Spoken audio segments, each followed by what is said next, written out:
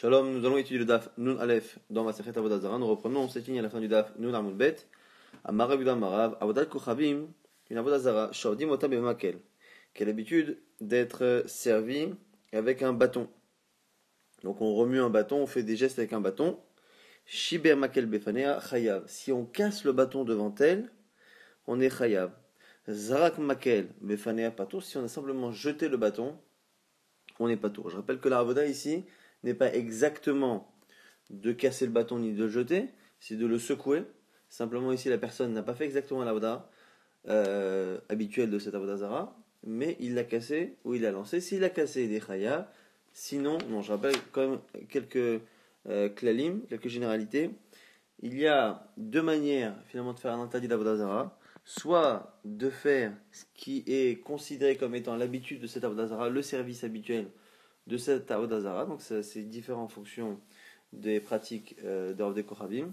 Et au-delà de ça, ce qui est fait au Beth Amikdash pour Hachem sera toujours interdit à Mavdil avec les idoles. Et là ici, il va falloir comprendre justement pourquoi c'est interdit. Quelle est la différence entre casser, où on a vu que c'est interdit? Alors pourquoi c'est interdit? D'avaler ka'en zvicha, parce que tu considères que c'est comme si on avait égorgé l'animal. Si on part du principe qu'en général, au Beth Amikdash, c'est un animal qui est donné, là normalement c'est un bâton, de la même manière que le fait d'égorger l'animal, c'est l'avoda du Beth Amikdash, là ici c'est le fait d'égorger entre guillemets le bâton, et donc c'est pour ça que c'est interdit. Alors si c'est cela, Zak Nami, avec la Zrika, pourquoi quand je jette, c'est pas finalement la même action d'offrir le bâton comme j'offre un animal? On m'a dit Amalé, réponse de Rava. Il dit Ina Zrika Mishtaberet Veleika. Pourquoi? Parce que pour que ça ressemble à une zvicha, à un égorgement comme au Beth Amikdash et que ce soit interdit dans la Avodah Zara, il faut qu'il y ait une destruction. Et ici, le bâton, quand il se casse, c'est une zvicha. Lorsqu'on le jette simplement, il n'y a pas de zvicha. Avec ma object et tivé. Safat la tsoa. Oshenisech lefanea avit shel memeraglaim. Ici, on a quelqu'un qui a donné à la Avodah Zara. Il a donné, entre guillemets, à manger, il a servi à cette idole, quoi? Soit tsoa, soit des excréments, soit avit shel memeraglaim. C'est une bassine dans laquelle il y avait de l'urine. Il est chayav. Alors, on m'a dit, bish, la ma'avit shel memeraglaim, il kazrika mishtaberet. Là, on m'a dit, à la limite, quand on parle des urines, je comprends parce que les urines, lorsqu'elles sont versées, eh bien, finalement, ça s'éclabousse, donc c'est comme si ça se cassait. Et donc, du coup, ça ressemble à Mishta Beret, ça ressemble à quelque chose qui se casse, et donc c'est une zvicha. Par contre, pour tout ce qui est excrément, et là, tsoa, maïzrika Mishta Beret Ika, en quoi le fait de projeter les excréments va finalement ressembler à Zrika Mishta Beret, à quelque chose qui, quand est lancé, il est cassé. La Gemara a dit, Betsoa Lacha, on parle d'excréments ici, liquides, qui finalement, lorsqu'ils se versent, éclaboussent et sont considérés comme étant quelque chose qui se casse. Je suis navré pour ceux qui écoutent le DAF pendant qu'ils mangent. Lima Ketana et l'Agma propose de dire que ce qu'elle vient de dire Rav, ce serait une marloquette Tanaïm. Le fait justement de faire la distinction entre Zrika Mishtaberet et Zrika qui n'est pas Mishtaberet. L'Agma dit pourquoi? Shachat la Hagav.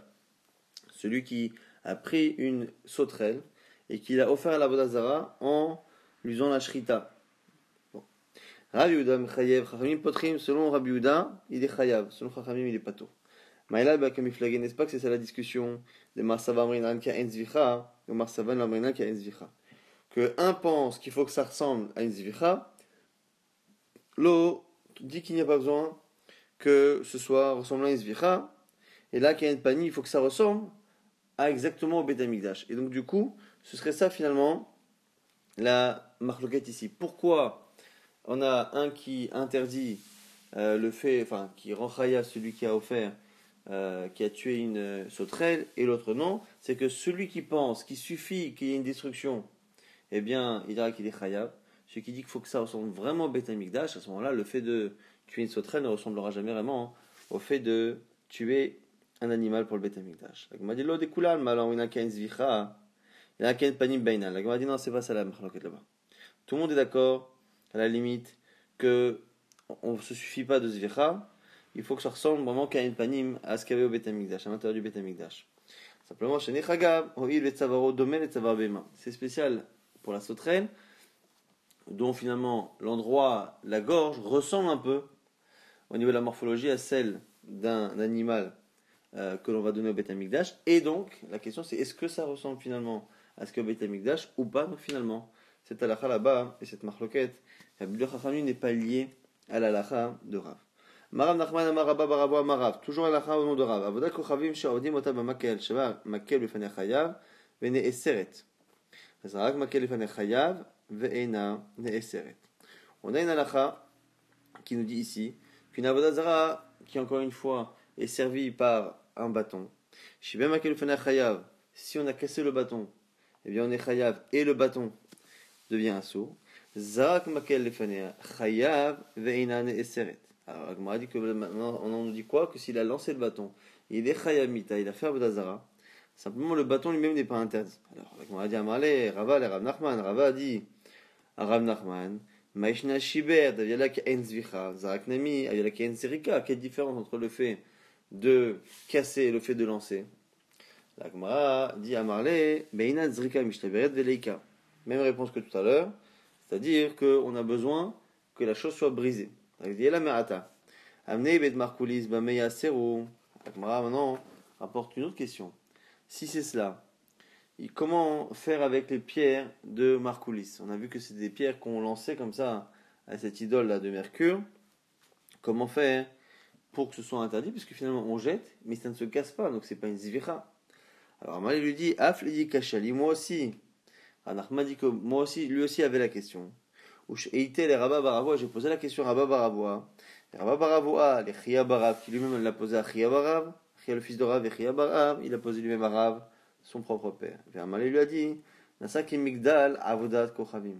Quand on lance la pierre là-bas à Marcoulis, c'est pas que l'on est en train de casser, d'offrir en jetant, d'offrir quelque chose à l'idole, c'est qu'on est en train de construire une sorte de Migdal, une sorte de tour pour l'idole, on est en train de construire un bâtiment pour l'idole. À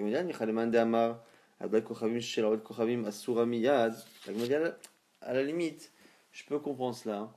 Si on dit que une avodah zara, une fois qu'elle est construite, elle est interdite tout de suite. Et la aved. Mais celui qui dit que l'interdit n'existe que lorsqu'il y a eu une pratique après idolâtre.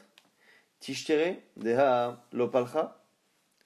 Il m'a dit si c'est cela, à ce moment-là, ça devrait être autorisé lorsque des pierres ont été données à Marcoulis, comme en général, ils ne faisaient que jeter justement des pierres et après ils passaient leur chemin.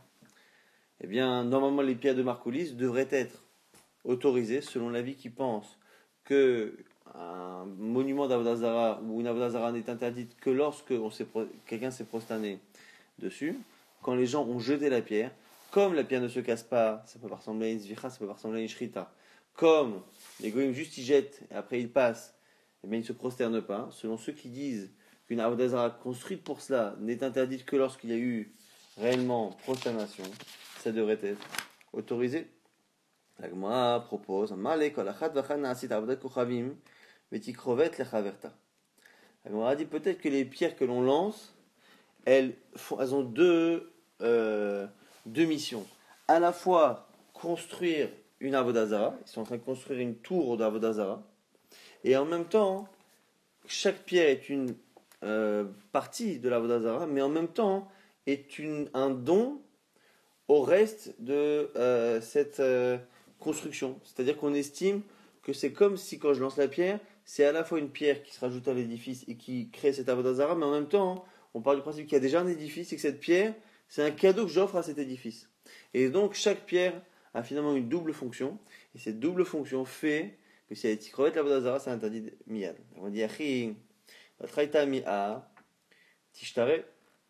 La Gemara dit alors si c'est cela, normalement la dernière devrait être autorisée. Alors pourquoi? Parce qu'on a estimé que chaque pierre qu'on rajoute crée l'édifice et en même temps est un cadeau à ce qui est déjà un édifice. Ce qui veut dire que chaque pierre qui a déjà été posée, une fois qu'elle est posée, elle fait partie de l'édifice, mais après la pierre qui viendra derrière sera un cadeau pour elle-même et donc elle aura été servie. Donc chaque pierre aura été servie sauf évidemment la dernière, parce que la dernière n'aura pas derrière elle une pierre qui viendra en cadeau pour l'édifice dont elle fait partie. Amalé lui dit Iyadatla Zil Shakla. Alors il lui dit Rav Nachman, en théorie tu as raison. En théorie, lorsqu'on a un monticule là, de Marcoulis, on pourrait prendre la dernière. Mais qui sait quelle est la dernière? Donc évidemment que tout est assourd.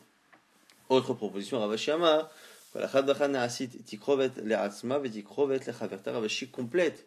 Il dit finalement que chacune, elle est à la fois une tikrovet, un don pour la Vodazara des autres, et pour elle-même, c'est-à-dire qu'elle est en même temps un don pour la Vodazara dont elle fait en même temps partie. C'est le chidouche que propose Ravashi.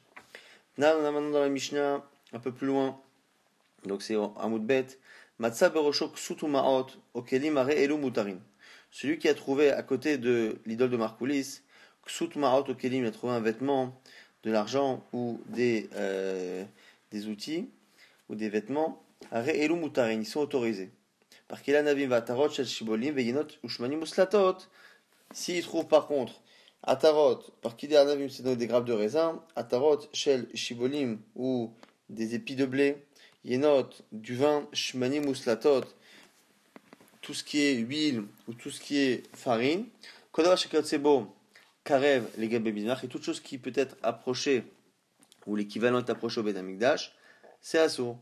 Mishnama yenot, shmanim uslatot, kakaen panim, à la limite, ce qu'on a cité à la fin, le vin, l'huile et la farine, ça ressemble au Beth Amikdash. Kakaen zrika, ishtaber, et en plus quand on verse, ça se brise.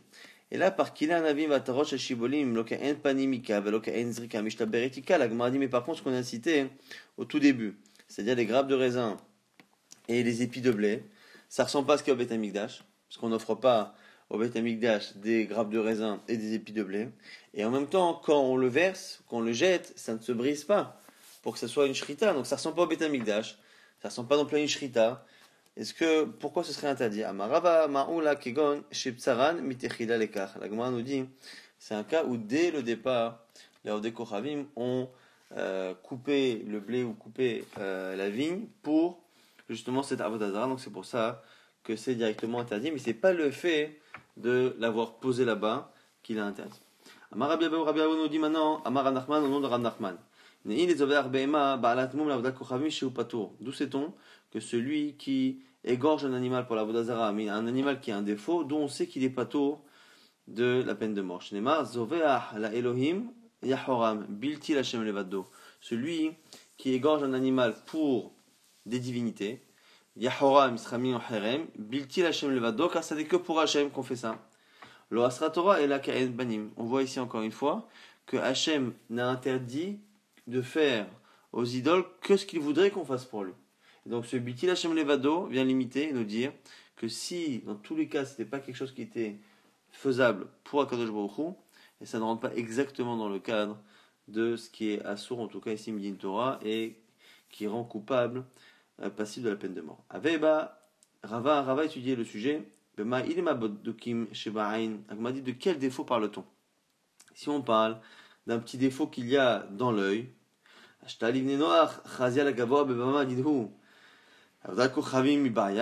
lui dis c'est pas possible. Pourquoi? Parce que ce défaut-là, typique qu'il y a dans l'œil, ça nous pose problème chez nous, mais ça ne pose pas de problème aux goïms. Les goïms peuvent apporter un korban à Hachem ou Beth Amikdash, ils peuvent.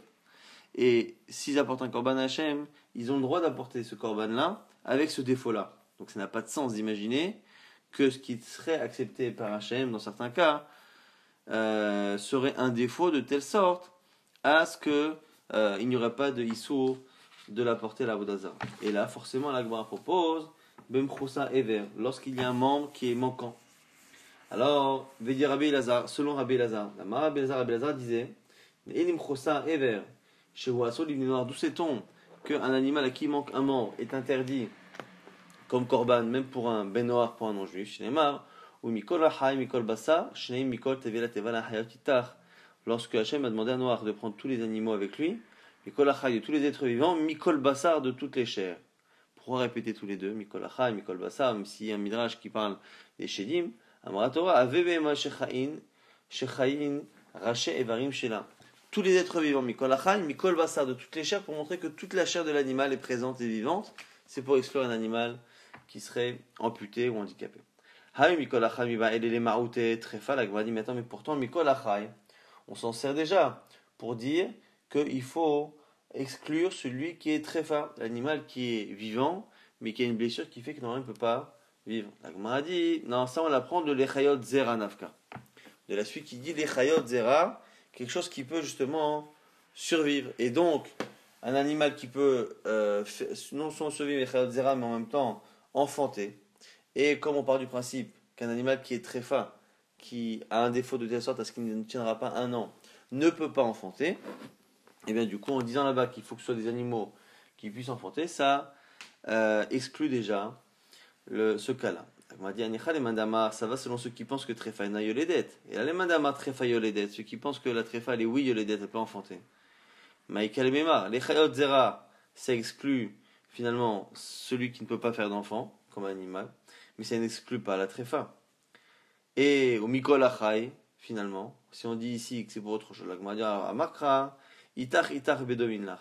Parce que c'est marqué la chayot itar, pour vivre avec toi. Et c'est quoi avec toi? Il faut des animaux qui te ressemblent. Et donc du coup, qui ne soient pas tréfa. La Gemara dit, mais dis-moi Noach gouffé tréfa ava, qui me dit que Noach lui-même n'était pas tréfa? La Gemara dit, parce que c'est marqué tamim, qu'il était tamim sans défaut parfait. La Gemara dit, Dilma tamim bidrachav. La Gemara dit, mais attends, mais a priori là-bas, lorsque la Torah décrit Noach comme étant tamim, on parle pas de son physique, on parle de sa manière de se comporter, bidrachav, dans ses chemins. La Gemara dit, tzadik, non, ça c'est déjà marqué dans tzadik. Mais alors, Dilma tzadik bidrachav et tzadik bimarasav. Peut-être que justement tzadik et tamim, c'est deux parties de son caractère. Tamim, il était intègre dans ses chemins, au tzadik, et il était tzadik juste bimarasav, dans ses actions. Ne me dis pas que Noach lui-même était tréfa. Car s'il était tréfa, est-ce que c'est possible qu'Hachem lui dit la chayot itar, comme tu es tréfa, il faut que tu ne fasses rentrer dans la teva que des gens tréfa comme toi. Ça n'a pas de sens. À la limite, s'il a une qualité, je veux bien croire que Hachem demande à ce qu'il ne choisisse que des animaux qui ont sa qualité, mais s'il a un défaut, ça n'a pas de sens d'imaginer que Hachem lui demande d'Afka de prendre les animaux qui ont ce même défaut. Et donc maintenant, m'a dit Ashta des nafka me itar les chayot zera la mali. La Gemara maintenant pose la question, puisque finalement tréfa, on l'apprend de itar. Les chayot zera, à quoi ça sert? La Gemara dit i me itar avamina le tzavta be'alma. Si j'avais dit que itar, j'aurais dit que c'est simplement un ordre. Filouzaken. Enfin, c'est juste une obligation d'amener un animal justement qui est en bonne santé. La filouzaken, la filousaris. Mais j'aurais pu penser que par contre, un animal qui est en bonne santé, mais qui ne peut plus enfanter, soit parce qu'il est âgé, soit parce qu'il a été castré, comme Hashmalan, justement les Khadzera, donc il faut aussi des animaux qui puissent enfanter. Donc du coup, on a Itar pour apprendre Tréfa. Et même si on pense que Tréfa ne peut pas faire d'enfant, on aurait pu penser du coup que s'il est en bonne santé, eh bien, on pourrait prendre un qui est stérile, comme Hashmalan, qu'il faut aussi qu'il soit les Khadzera qui puissent enfanter. Rabbi Lazar nous dit, Minaï les Shochet Bema les Markoulis, chez Uchaya. D'où sait-on que celui qui égorge un animal pour Mercure, Markoulis, il est Chayav. Shnema, Velo Izbechu Od et Zivheem la Seirim. Dans un verset dans Vaïkra là-bas, et ils ne feront plus, ils n'égorgeront plus leur sacrifice pour les Seirim. Les boucs, c'est une allusion ici aux idoles, ou aux Shedim. Imina Inyan le Kedarka, Dirtiv, Ika, Echaya Ado Agoim, Haele et Eloheem. Puisqu'on ne peut pas dire que ça part de servir les idoles avec le culte habituel, parce que ça c'est déjà marqué ailleurs. C'est marqué, tu ne te diras pas en entrant en Israël, comment maintenant les goïms vont pouvoir servir leurs idoles? Alors du coup je vais le faire moi à la place. Ça tu n'as pas le droit de te le dire.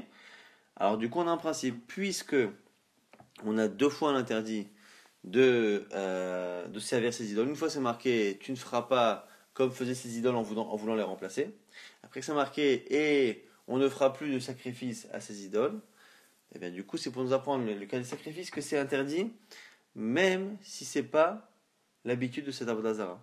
Tene ou Aïnyan, les Shelok et Darka. Donc du coup c'est pour nous apprendre que certaines choses comme le sacrifice, le fait d'égorger, est interdit même si c'est pas l'habitude, comme dans le cas de Markoulis où là-bas on faisait simplement que le fait de jeter des pierres. On m'a dit, mais est-ce que vraiment c'est ça le but de ce verset? Alors, la Gemara s'étonne, elle dit, mais est-ce que vraiment ce verset, il est là pour cela? On a besoin de ça pour une autre braïta.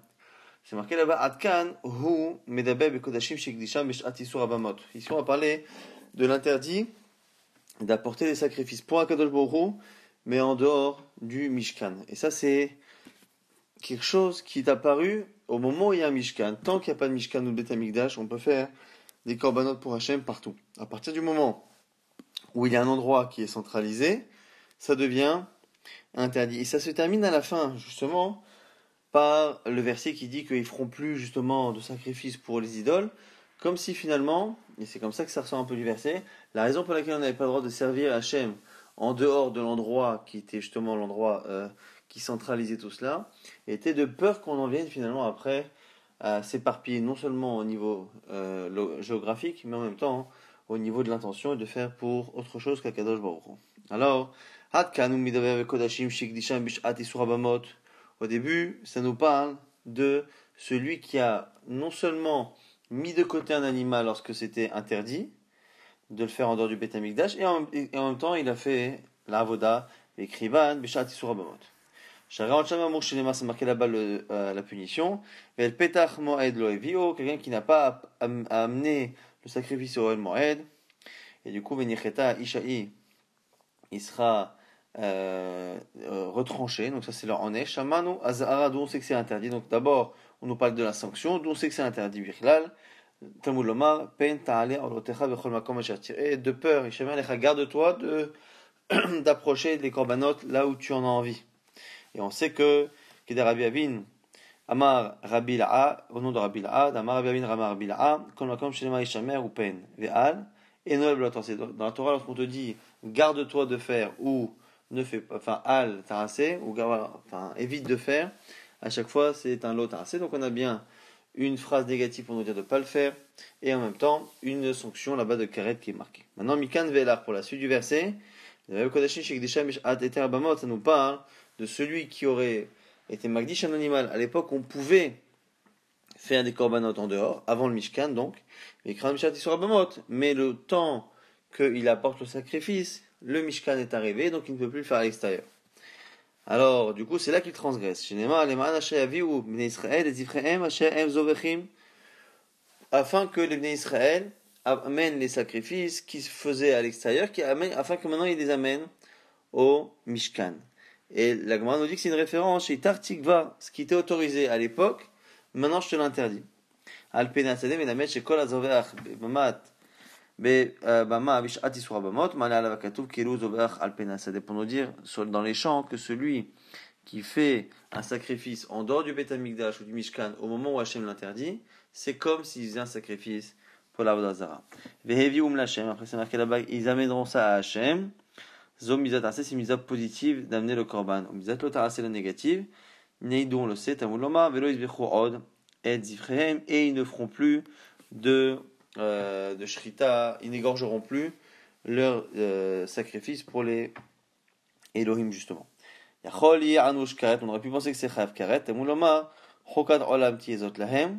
Non, c'est une règle qui sera pour eux. Zot lahem, velo acheret lahem, il n'y a pas d'autre règle, c'est-à-dire que c'est que un lot. Et donc finalement on voit que dans ce verset-là, dans cette braïta, on a le début qui nous parle de quelqu'un qui a, dès que c'était alors que c'était déjà interdit de faire en dehors du Mishkan, il a été magdish l'animal et il a sacrifié en dehors du Mishkan. Et ça c'est assour ou c'est chayav karet. Par contre celui qui aurait mis de côté l'animal à une époque où c'était pas encore assour, parce qu'il n'y avait pas encore le Mishkan, mais après il y a eu le Mishkan et il a apporté le korban à ce moment-là, il l'a fait à l'extérieur du Mishkan, là c'est assour, c'est pas chayav karet, mais on apprend d'où le issour de velo isbechu od. Donc du coup, on ne peut plus utiliser ce verset, comme on l'a vu, pour nous apprendre que la shrita c'est interdit pour toutes les avodah zara, même markoulis, dont c'est pas l'avoda. Amaravarava nous dit qu'il y a deux choses à apprendre de ce verset. Karebe velo isbechu, karebe velo od. Le côté velo isbechu et le mot od encore.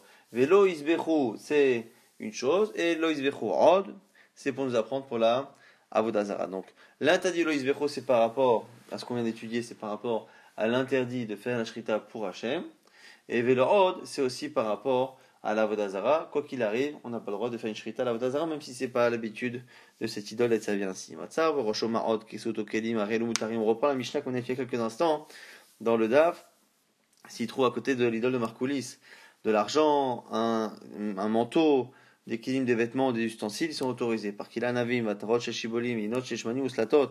C'est par contre des grappes de raisin, des épis de blé, du vin, de l'huile ou de la farine. Kodavar shekatsebo, karebo, ageba, misbeach, assour, tout ce qui est à un équivalent au Beth Amikdash, c'est assour.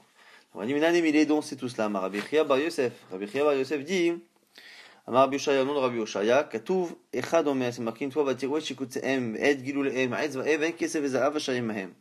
C'est marqué dans Dvarim, Hashem dit, Moshe Rabbeinu dit, Israël, vous avez vu l'Égypte, vous avez vu leurs choses dégoûtantes, leurs idoles, Aetz Vaeven, de bois, de pierre, et l'argent et l'or qui avait avec.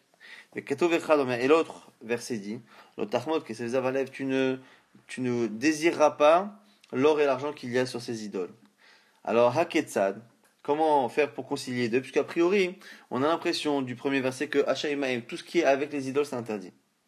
Et dans le deuxième, c'est marqué, tu ne désireras pas. Et on a l'impression que ce qui est interdit, c'est ce qui est beau. C'est l'or, l'argent. On ne parle que de l'or et de l'argent, qui sont des choses qui sont belles. Haketsad, la Gemara dit, on fait le point comment entre les deux. On interdira ce qui est avec l'idole que de ce qui ressemble justement à Alehem, à ce qui est beau comme l'or et l'argent. Ma'alehem davar shenoi asur, sheno shenoi mutar, afeimahem davar shenoi asur, vesheno shenoi mutar. Et donc on dira que ce qui est sur l'idole ne sera interdit que si c'est quelque chose de décoratif. Si c'est pas décoratif, ce serait autorisé. La Gemara dit, mais qui te dit que tu fais comme ça? Veima alehem dumyadaim, pourquoi tu fais pas l'inverse? Et tu dis que finalement, on apprend tout comme dans le premier verset. C'est la même manière que dans le premier verset, on a parlé de tout ce qu'il y a. Peut-être que ce qu'il y a sur l'idole est interdit quoi qu'il arrive, que ce soit décoratif ou pas. Maïmahem kol masheimahem, afalehem kol mashalem. La Gemara dit, ken lon yomar alehem. La Gemara dit, si c'est cela, il fallait pas dire le second verset. Le fait d'ordonner un second verset, c'est pour justement restreindre la définition. Ma'ot, davar shel noyou, la Gemara dit, pourtant l'argent, c'est décoratif, non? Les pièces d'argent ma'ot. Non, c'est une bourse qui est posée ici, on sent que c'est la personne qui a utilisé l'endroit comme un porte-manteau. Alors que sous tout d'avoir chez nous, il a dit pareil pour le manteau, c'est quelque chose de décoratif, c'est pour embellir la statue, pour l'habiller. Il dit non là aussi, il a vraiment mis le manteau sur la tête de l'idole, donc c'est vraiment un porte-manteau. Keli d'avoir chez nous, il m'a dit n'importe quel keli, n'importe quel ustensile, il m'a dit aussi, les srif allez, mashkita arraché, pareil. Il a suspendu l'objet sur la tête de l'idole. Marabi Yassin, Bachia, Kosh ou Lefnimina Kilkalim, Afilou, Maïmoumela Chasso. La Gemara nous dit que lorsqu'il y a une idole et qu'il y a une sorte de petit périmètre autour de l'idole, quel que soit ce qu'il y a là-bas, même des choses qui ne sont pas a priori un signe de respect pour l'idole, comme de l'eau et du sel, c'est assaut. Chos la Kilkalim, si c'est en dehors, là, on regarde, si c'est décoratif, c'est assour, si c'est pas décoratif, c'est moutar. Mais dans le périmètre restreint de l'idole, c'est quoi qu'il arrive assour. Marabi aussi, Barabi Chayinan, Aktinan, En Kilkalim Lif'or, Velo le Markoulis. Marabi aussi, Barabi Chayinan nous dit que par rapport à Markoulis et Peor, les deux idoles, Markoulis, on la connaît, Peor, c'est celle devant laquelle les gens faisaient leurs besoins, il n'y a pas de digne de Kilkalim, c'est-à-dire qu'il n'y a pas ce dîner de périmètre de sécurité. La Gemara se pose la question. Ça veut dire quoi qu'il n'y a pas de périmètre de sécurité? Est-ce que ça veut dire que quand on est à l'intérieur, c'est aussi assourd qu'à l'extérieur ou l'inverse? Les mailles. Il est madafilu penim kichutz dame. Si tu es en train de me dire que ce qui est à l'intérieur du périmètre, c'est aussi moutard qu'à l'extérieur, c'est-à-dire que si c'est décoratif, c'est interdit, sinon c'est autorisé. Mais charré, c'est pas possible. Pourquoi?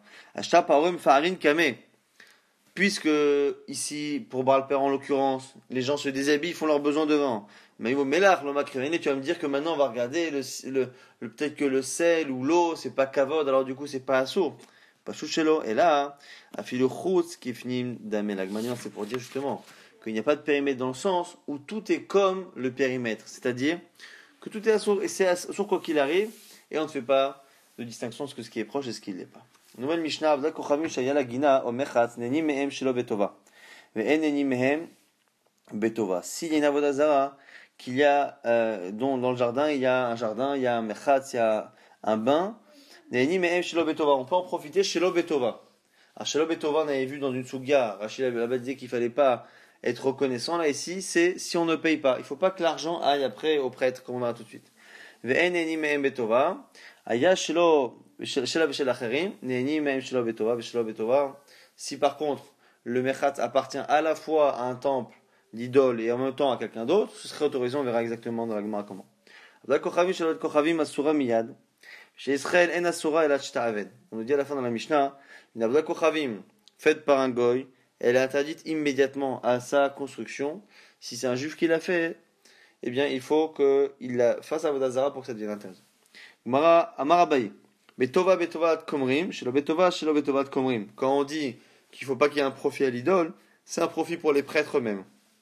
Rapouké Tovat Orvadea des charés. Par contre, si l'argent qu'on donne pour aller se baigner dans le Mechatz va aux fidèles eux-mêmes, c'est pas interdit. Il ne faut pas que ça aille aux prêtres eux-mêmes. Il y a des maintenant qui disent que ce chilouk-là il a été fait sur la fin de la Mishnah. Ayash sur le Éther, on a dit que si la Vodazara appartient également à quelqu'un d'autre. Deni même Shelo Betova, Shelo Betova. C'est autorisé. Amarabaya Baïdi, Betova, Betova Shel Acherim. On a le droit de faire profiter, mais uniquement l'autre personne qui est propriétaire, mais pas en même temps faire profiter les Komrim. Shelo Betova, et quand est-ce que on doit le faire et qu'à la limite il n'y ait pas de profit. Shelo Betova de Komrim, c'est-à-dire qu'il ne faut pas qu'il y ait justement un profit pour les prêtres. Là, on m'a dit Man de Matne Asefa, celui qui a dit que c'est sur la fin, eh bien, Kol Sheken Aresha. Il y a Kol Sheken qu'au début, on ne doit pas faire profiter, parce qu'au début, dans le début de la Mishnah, ça appartient entièrement à la Vodazara au Komrim. Man de Matne Aresha, celui qui a parlé, qui a dit que c'était au début qu'il a dit ça, Aval Seifa, il pensera par contre à la fin, il dira à la fin, comme on a pensé nous au début dans la Mishnah, au niveau du Pshat, des cas Achirim Baadé, à partir du moment où il y a d'autres propriétaires avec l'idole, Afilou Betovat Komrim Nami, Shapir Nami sera autorisé. Donc ici on a une marloquette, est-ce que lorsque le Mechatz appartient à la fois au temple d'Avodazara et à la fois à quelqu'un d'autre, est-ce que l'on peut faire profiter les deux en payant ma place, ou est-ce que je dois payer de telle sorte à ce que ça n'aille qu'à l'actionnaire qui n'est pas justement le temple idolâtre. Avec Kochavim, Shalel Kochavim, Asuram, on a vu qu'une Avodazara faite par un goy est interdite immédiatement. La Gemara dit Matidi Mani, qui est le tenant de la Mishnah? La Gemara dit Rabbi Akiva, c'est Rabbi Akiva. Détania, c'est marqué Abet et Abedun. Et quand la Mekomot Asher Adusham Agoim, c'est marqué là-bas qu'il faudra détruire tous les endroits que les Goïm ont servi. Alors, Satanakama dit quoi? On parle des choses qui ont été, les ustensiles qui ont servi pour la Vodazara. Yachol Saoum Velo Gmarum, Gmarum Velo Evium Velo Nishtabshu Baem, Yachol Yoasurim. On aurait pu penser que même si l'objet n'est pas terminé, s'il est terminé, qu'il n'est pas apporté à l'idole, ou qu'on n'a pas utilisé, ça assourt à Mouloma, Asher Avdusha Magom, c'est marqué là-bas, que c'est interdit tout ce qui a servi, qui a été servi par les goïms. Chez En Asurim et Hachi Avdu, Tanakama qui pense que même quand c'est fait par un goïm, ça n'est assour que si il a réellement servi d'idole. Quel amour de là on a vu, Avdal Kochavim, Shalol Kochavim, In Asura Hachta Aved, chez Israël Asura Miyad. Et donc, des Rabbi Shmuel, dans le Betamidrash de Rabbi Shmuel, on a enseigné que c'est l'inverse de ce qu'on a pensé nous dans la Mishnah, que c'est Davka, quand c'est les Goïm font, que ça n'est assour que lorsqu'il y a eu réellement une avoda. Si c'est un juif qui fait, c'est assour miyad. Et Rabbi Akiva vient, il dit l'inverse, Rabbi Akiva omer, chiluf advarim. Il faut inverser. Abdal kochami shel kochami asura miyad, chez Israël, achtaven. Si c'est un juif qui fait que il faut qu'il y ait l'avoda pour que ça devienne assour. Sinon, c'est moutard. Pour un goy, dès que c'est créé, ça devient assour et on continuera la suite